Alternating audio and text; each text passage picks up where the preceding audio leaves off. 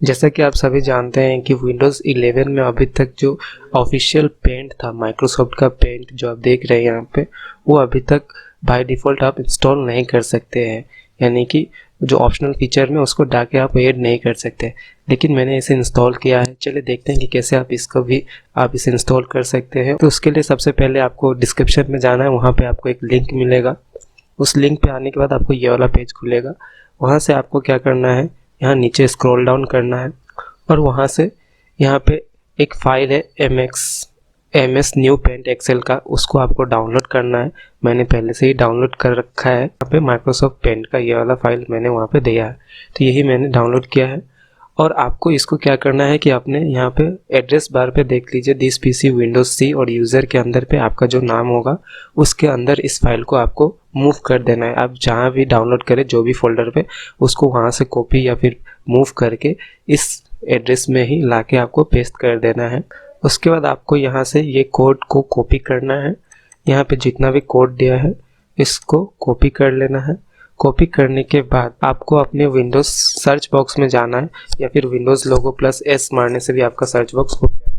तो वहाँ पे आपको सेल टाइप करना है, पावर सेल, और आपको यहाँ पे तो ये वाले ऐप को रन एज एडमिनिस्ट्रेटर पे आपको क्लिक करना है। आपको यहाँ पे परमिशन मांगेगा, आपको यहाँ पे यस क्लिक कर देना है।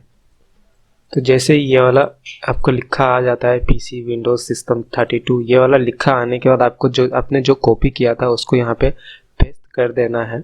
उसके बाद यहाँ पे एक ऑप्शन आपको दिखेगा, लिखा हुआ है योर पाथ को क्या करना है, आपको इसको रिप्लेस करना है। तो इसको रिप्लेस किससे करना है, आपने जो फाइल डाउनलोड किया था उसके लोकेशन से। मैंने उसको आपको बोला है कि उसको आप जिस भी फोल्डर में डाउनलोड करें उसको आपको मूव कर देना है इस एड्रेस पे। दिस PC के अंदर जाके विंडोज़ के फाइल में यानी C ड्राइव में जाके यूज़र्स के अंदर आपको उसको डाल देना है। उसके बाद आपको उस फाइल पे एक बार क्लिक करना है और वहाँ से कॉपी एज पाथ पे आपको क्लिक करना है।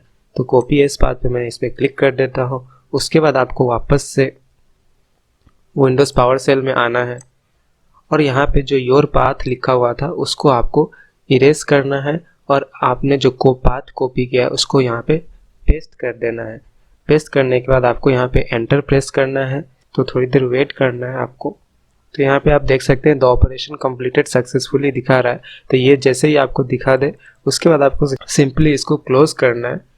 क्लोज करने के बाद आपने जो एप्लीकेशन डाउनलोड किया था उसको क्या करना है, रन करना है।